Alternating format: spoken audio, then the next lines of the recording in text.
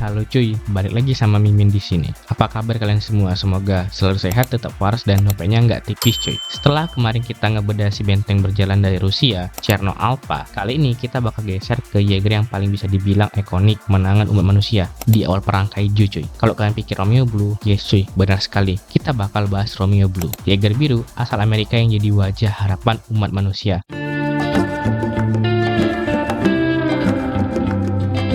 Saat dunia masih percaya Kaiju tuh masih bisa dihentikan dengan mudah. Tapi jangan salah cuy, di balik tampilannya yang glamor, heroik dan penuh percaya diri, Romeo Blue nyimpen banyak fakta menarik yang jarang dibahas. Mulai dari rahasia para pilotnya, sejarah petarung yang bikin nama Amerika tuh langsung naik daun, sampai teori fans gila cuy. Iya cuy, teori fans yang katanya bilang kepala Romeo Blue yang katanya dijadiin mobil. Makanya pastiin kalian nonton sampai habis, karena di bagian akhir kita tuh bakal buka diskusi seru. Bebas cuy, mau setuju mau beda pendapat, yang penting debat set di kolom komentar. Oh iya, sebelum kita masuk ke ceritanya, absen dulu dong, tulis di kolom komentar kalian nonton dari kota mana cuy.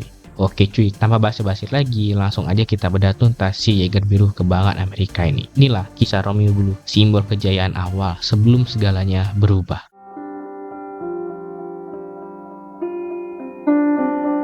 Romeo Blue adalah Jaeger Mark I pertama buatan Amerika Serikat yang resmi dirilis pada akhir tahun 2015. Di masa-masa awal perang Kaiju, ketika manusia masih mencoba nyari bentuk Jaeger yang paling cocok nih atau efektif dari segi desain, Romeo Blue itu unik banget cuy dan gampang dikenali. Dadanya tuh lebar atau tubur lah dan tebal gitulah pokoknya, khas gaya industri militer Amerika. Di bagian tengah dadanya ada sirip baja raksasa yang menjulang ke atas. Banyak yang ngira itu tuh cuma estetika, padahal ada fungsinya cuy, pelindung kepala Jaeger dari serangan depan dan atas. Jadi kalau Kaiju tuh lompat atau nyeruduk kepala Romeo Blue tuh nggak langsung kena. Sekarang kita bahas hal paling aneh tapi paling ikonik. Tebak apa cuy? Kenapa sepinya cuma 2 cuy? Padahal beratnya tuh sekitar 7.700 ton. Karena masih masuk akal buat Jaeger awal cuy. Jawabannya adalah di desain awalnya. Romeo Blue awalnya tuh dirancang sebagai Jaeger berkaki 3 alias tripodal. Tujuannya tuh simple, stabilitas maksimum. Amerika tuh waktu itu mikir cuy, daripada lincah tapi gampang tumbang kayak Jaeger sebelah, ya kalian tahu sendirilah siapa, mending lambat tapi nggak bisa dijatuhin. Masalahnya 3 kaki itu bikin gerakan jadi kaku, rotasi tubuh sangat terbatas, dan manuvernya cepat tapi hampir mustahil. Bayangin robot setinggi gedung dengan 3 kaki di tengah kota.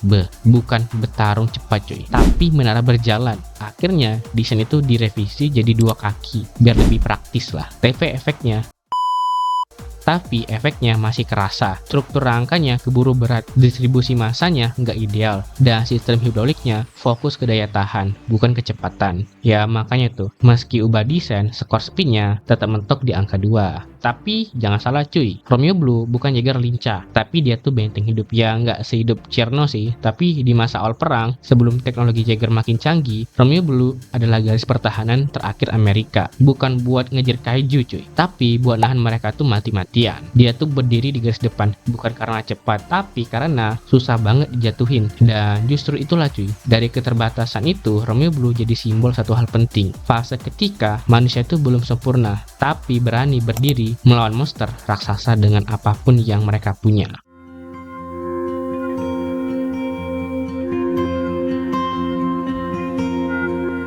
Kita mulai dari orang-orang di balik kemudi Romeo Blue. Di versi Pacific Rim, mereka tuh dikenal sebagai Bruce dan Trevin Gate, pasangan pilot yang diperkenalkan ke publik sebagai saudara kembar dengan tingkat sinkronisasi drift yang nyaris sempurna. Di era awal perang Kaiju, narasi ini penting banget cuy. Dunia tuh butuh simbol, dan PPDC butuh wajah pahlawan yang bisa menyatukan harapan. 2 saudara, satu pikiran, satu mesin raksasa, kelihatannya ideal cuy. Tapi di balik cerita resmi itu, ada detail menarik yang bikin fans tuh garu-garu kepala cuy. Di buku Lore Man, Mesin dan Monster muncul dokumen internal PPDC yang justru mencantumkan nama berbeda cuy, Jules dan Magazine. Nama belakangnya tuh bukan Gage, dan dari sinilah teori fans tuh mulai bermunculan. Pertanyaannya cuy, apakah Bruce dan Trevin benar-benar saudara kandung, atau mereka sebenarnya 2 pilot elit yang dipasangkan secara paksa lalu dikemas sebagai saudara kembar demi kebutuhan propaganda di awal perang?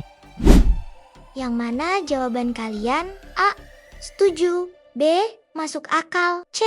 Punya jawaban sendiri? Jika punya, tulis di komentar. Ingat coy, ini tuh masa ketika umat manusia baru pertama kali kalah telak dari kaiju. Moral dunia itu runtuh cuy, dan Amerika itu butuh icon.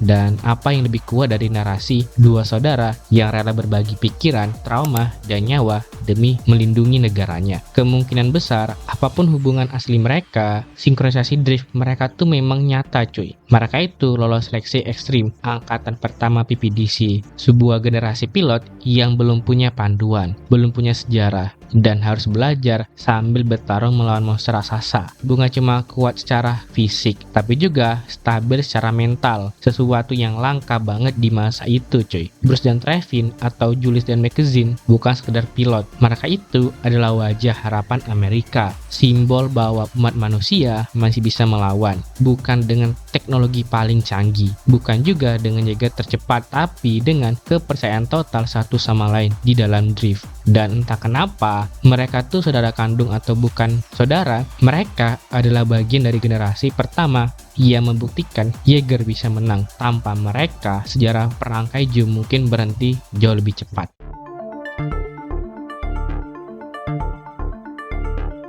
Tahun 2016 jadi salah satu momentum penentu di awal perang kaiju cuy. Saat itu, kaiju bernama Hardship muncul dan langsung bikin panik satu kota penuh cuy. Siren itu meraung, evakuasi, kacau, dan harapan cuma satu, Jaeger datang tepat waktu. Tapi masalahnya, Romeo Blue tuh telat cuy, karena Citadel tuh tempat mereka bermarkas, jaraknya tuh jauh banget dari titik kemunculan Hardship. Sistem resmi PPDC waktu itu masih lambat, belum se-efensif di era Striker Eureka. Akibatnya, saat Romeo Blue akhirnya sampai, matahari itu sudah tenggelam cuy, sayang banget cuy. Pertarungannya harus dilakukan di tengah kota yang gelap, rusak, dan penuh reruntuhan. Dan disinilah kelihatan bedanya Jaeger generasi awal. Romeo Blue belum punya senjata canggih, belum ada pedang plasma, belum ada misil pintar. Yang mereka itu punya cuma otot baja, keberanian, dan insting bertarung. Saat Hardship mengamuk dan Romeo Blue tuh mulai terdesak, para pilot mengambil keputusan nekat. Mereka mencabut potongan jembatan layang dari kota. Beton, baja, dan aspal masih menempel, lalu menggunakannya sebagai senjata tumpul raksasa. Bayangin, Jaeger Mark I setinggi gedung pencakar langit mengayunkan jembatan kota ke kepala kaiju. Satu hantaman, dua hantaman, tiga hantaman, sampai akhirnya tubuh Hardship itu remuk, sistem biologisnya kolaps atau hancur coy. Dan kaiju itu tewas mengenaskan di tengah kota yang gelap. Malam itu dunia bersorak karena kemenangan ini bukan cuma soal satu kaiju yang tumbang. Ini adalah kemenangan Jaeger kedua dalam sejarah umat manusia. Bukti bahwa meskipun belum sempurna, meski teknologi masih kasar, Jaeger tuh masih bisa menang. Romeo Blue resmi jadi simbol keberhasilan awal umat manusia. Kemenangan itu akhirnya lahir bukan dari senjata futuristik atau canggih cuy, tapi dari nekat, improvisasi, dan keberanian generasi pertama. Setelah kemenangan brutal melawan Hardship, hidup Romeo Blue itu langsung berubah total. Dari mesin tempur yang hampir nggak dikenal, dia mendadak jadi ikon global. PPDC nggak buang momen itu cuy. Romeo Blue dibikin parade kemenangan besar-besaran. Jalanan ditutup, gedung-gedung tuh dipenuhi, bendera, kamera, televisi tuh dan berbagai negara tuh nyorot ke satu titik yang sama. Jaeger biru raksasa berdiri gagah di tengah kota. Parade itu disiarkan ke seluruh dunia. Di layar kaca, Romeo Blue tampil bukan sebagai senjata, tapi sebagai pahlawan. Pilotnya dieluk-elukan. Nama Romeo Blue masuk berita utama. Poster, mainan, dan siaran propaganda PPDC mulai bermunculan. Buat masyarakat yang hidup dalam ketakutan sejak kaiju pertama muncul, Romeo Blue jadi harapan yang bisa dilihat dan disentuh. Bahkan anak kecil pun ikut terpengaruh cuy. Salah satunya Jack Pentecost. Masih bocah, duduk di depan TV, matanya berbinar-binar melihat wow, amazing. Melihat raksasa, baja itu lewat dalam parade. Di momen itu, Romeo Blue tuh bukan cuma Jaeger, tapi mimpi. Bukti bahwa manusia nggak harus selalu lari dari monster. Sejak saat itu, Romeo Blue resmi jadi poster boy PPDC, wajah kemenangan. Simbol bahwa teknologi manusia, meskipun masih kasar dan ya jauh dari kata sempurna, bisa berdiri sejajar dengan teror kaiju. Ini tuh bukan cuma mesin perang biasa. Dia adalah pesan bahwa untuk seluruh dunia, kita tuh bisa menang. Dan di era awal perang kaiju, harapan itu tuh jauh lebih penting daripada senjata apapun coy. Tapi seperti perang pada umumnya, kemenangan itu nggak bertahan selamanya. Tahun 2019, di pesisir Manta, Chili, dunia tuh kembali diingatkan bahwa kaiju belum pernah benar-benar kalah. Malam itu, Romeo Blue turun ke medan tempur bersama Diablo Intercept, Jaeger Mark Mach 2 cuy. Partner seperjuangannya yang sudah berkali-kali saling menutup celah di garis depan. Awalnya, taktik itu berjalan sesuai rencana. Mereka menghujani Kaiju bernama Septip dengan serangan jarak jauh, rudal meriam tembakan beruntun. Tapi, Septip tidak tumbang. Kulitnya terlalu tebal. Strukturnya tuh aneh. Setiap tembakan seolah cuma bikin dia tuh makin mendekat. Geli-geli mungkin ya cuy.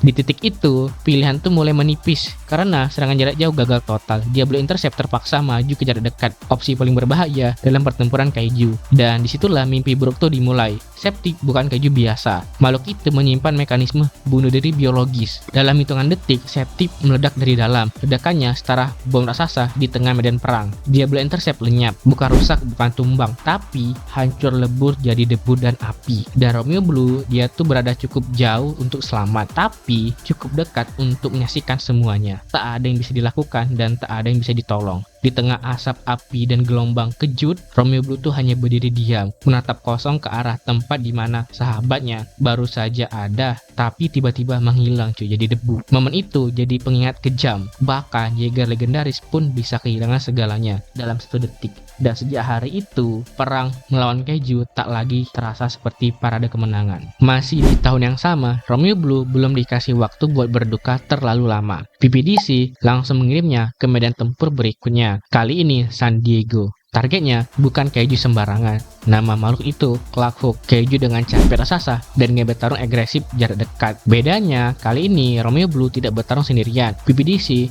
menurunkan formasi elit Chrome Brutus sebagai tameng depan, Romeo Blue sebagai penekan utama, dan Gifty Danger sang legenda sebagai algojo penentu. Strateginya disusun rapi dan dingin tetapi tidak kejam. Dingin tetapi tidak kejam.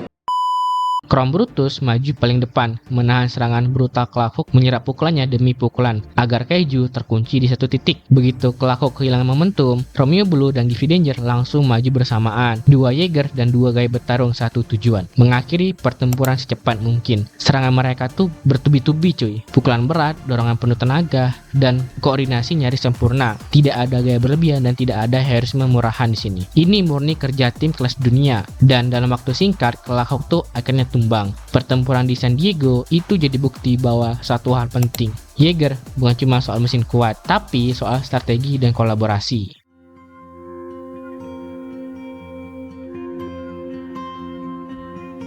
Nah cuy, disinilah awal petaka tuh dimulai. Saat alarm berbunyi di Anchorage, Alaska, muncul ancaman Kaiju yang berbahaya bernama Knifehead. PPDC itu langsung mengirim Romeo Blue untuk melakukan pencegatan pertama. Di atas kertas, ini harusnya misi standar, tapi realitanya semua berjalan salah. Knifehead ternyata bukan Kaiju biasa, dia tuh cerdas, licik, dan mampu bersembunyi dari sistem sensor Jaeger. Romeo Blue berpatroli di area target, menyisir laut dan garis pantai, namun tidak menemukan apa-apa. Bukan karena pilotnya ceroboh, tapi karena Knifehead itu memang sengaja menghilang dari radar. Dan saat Romeo Blue itu gagal mengunci target, PPDC tidak punya pilihan lain. Mereka itu terpaksa mengirim Gifty Danger untuk menjaga garis pantai Anchorage, Alaska, hingga terakhir yang siap tempur di wilayah itu. Putusan darurat itu berujung pada tragedi besar dalam pertempuran brutal melawan Knifehead. Gifty Danger mengalami kerusakan parah, dan Nancy Beckett tewas di medan tempur. Sedangkan saudaranya, Relic Beckett, itu gangguan mental cuy. Satu kegagalan deteksi,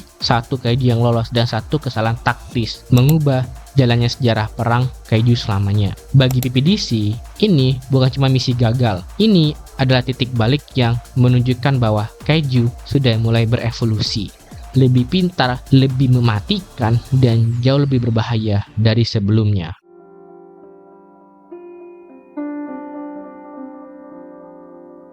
Akhir tahun 2020 jadi saksi bisu runtuhnya sebuah legenda. Di Panama City, Romeo Blue, Jaeger yang dulunya dieluk-elukan sebagai simbol kemenangan umat manusia, harus menghadapi Kaiju mematikan bernama Insidia. Namun kali ini, keajaiban itu tidak datang cuy. Teknologi Mach 1 yang selama ini jadi tulang punggung pertahanan manusia, akhirnya benar-benar kehabisan napas. Dalam pertarungan brutal itu, satu persatu, keunggulan Romeo Blue runtuh. Sirip pelindung kepalanya hancur, lengannya dicabut paksa, hingga akhirnya konvoynya remuk total. Tidak ada evakuasi, tidak ada kesempatan kedua. Gate bersaudara gugur di tempat, dan bersama mereka, Romeo Blue ikut mati. PPDC pun resmi menyatakan Romeo Blue pensiun permanen. Namun ceritanya tidak berhenti di sana cuy.